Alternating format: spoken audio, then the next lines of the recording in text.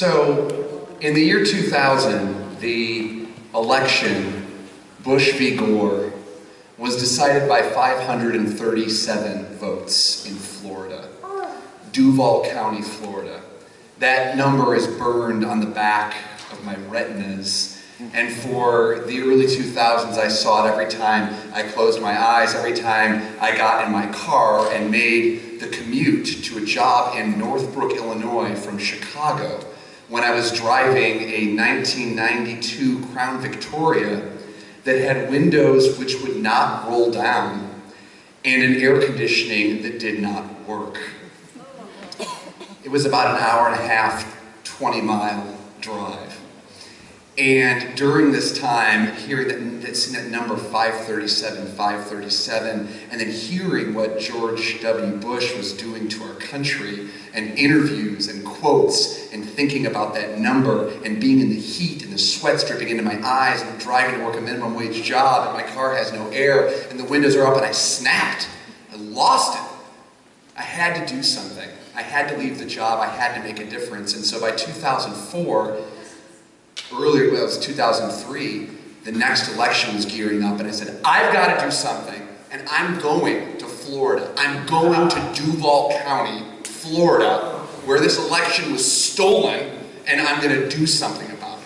So I tried to figure out what to do. I didn't know. I wasn't political at all. I didn't even vote in the year 2000. And by 2004, I was ready to do everything I could. So I made a few phone calls and finally got connected with a political organizer who was pretty high up in the system. He agreed after a very patriotic phone message I left for him. I was playing, I can't remember, I think it was Star Spangled Banner in the background while I left him a voicemail.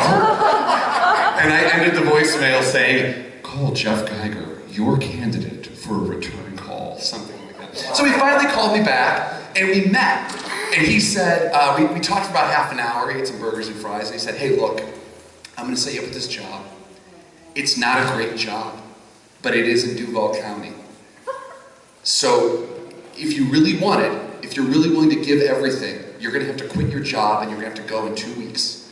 And you're going to have to drive down there. And it's not going to be easy and you might quit and you might hate it. But you'll always have a story that you cared enough about something that you quit everything you were doing. You drove hundreds of miles, you slept on the office floor, and you made a difference. And I said, sign me up!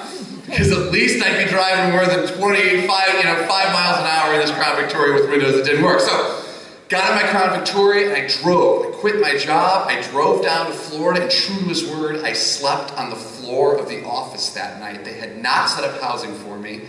It was full of cockroaches, lots of cockroaches, the smell of coffee that had been sitting on the burner for probably days, and a campaign manager who lost his temper so wildly the first night that I showed up to work that he threw a chair through a wall, grabbed the guy who was sitting at the desk, picked him up, and shook him so that his ponytailed head was bobbing like a Pez dispenser, dropped him, and said, you're fired. Later that night, I found out that was my job now. So I worked this campaign, and we were not welcome in Duval County, Florida, which is a Republican stronghold. We were obviously Democrats. And over the course of the campaign, we had our office window broken 3 times by bricks. We had our tires slashed. We had threatening phone calls. My campaign manager continued to devolve and get more wild, crazy, started walking around with a baseball bat.